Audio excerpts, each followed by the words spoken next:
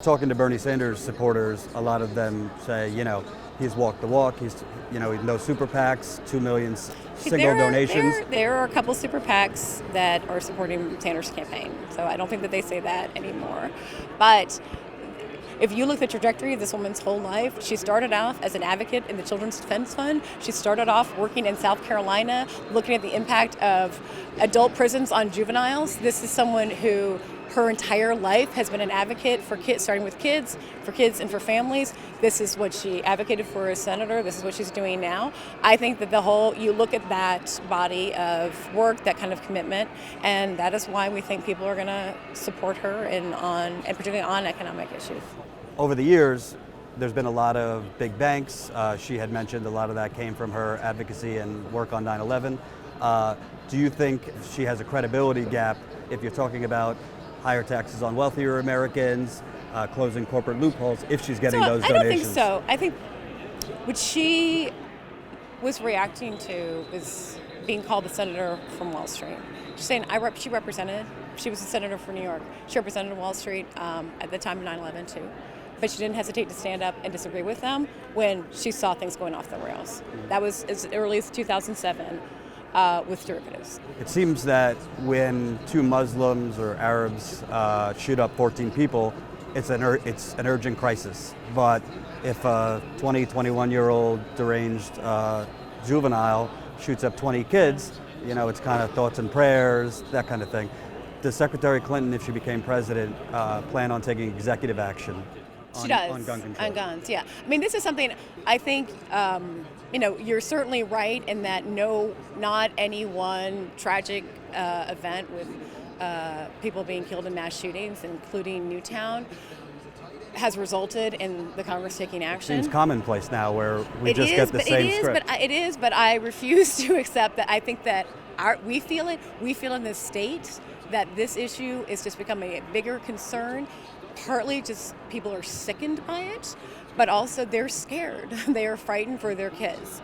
This is the kind of problem that keeps them awake at night. So she has said that she would take executive action to close the gun show loophole. We think there's a way to do that. Any specific she's contemplating? Yeah, that you could change the definition of what it means to be a federally licensed firearms dealer and to broaden that too so that it would include gun shows. Would she push at all for reinstating the assault weapons ban? Yeah. Yes. Obviously, this isn't a dance. This is tough stuff with the Republicans. They've blocked Obama, the president, at all turns. Does she see a case where she could work with the Republicans? I worked for President Obama. I certainly experienced that. If you are on the campaign trail, which she talks about all the time, is that she looks for common ground, but she stands her ground. And I think, this is the thing about Hillary Clinton. She will look, when she was a senator, she had a lot of success in this. When her husband was president, she ran for Senate. There was, not a lot of Republican senators were particularly excited to welcome her into the United States Senate, but she works really hard to find some common ground. She passed a bill with Lindsey Graham. She worked a lot with John McCain. She managed to, when she was First Lady, pass a bill with Tom DeLay, who was the Republican majority leader at the time on adoption. She really seeks out where can we agree, and you build on that. And the other thing that I think people believe about Hillary Clinton, she just doesn't give up. I mean, she will just stay at it, and she will stay at it. And healthcare is a good example. 20 plus years ago, she tried to pass universal healthcare reform. It was not a success.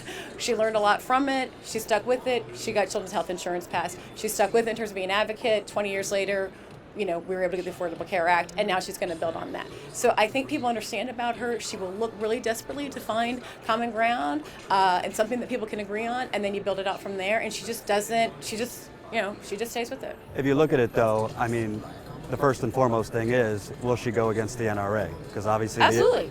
She talks about it all the time. Well, how does she go about that?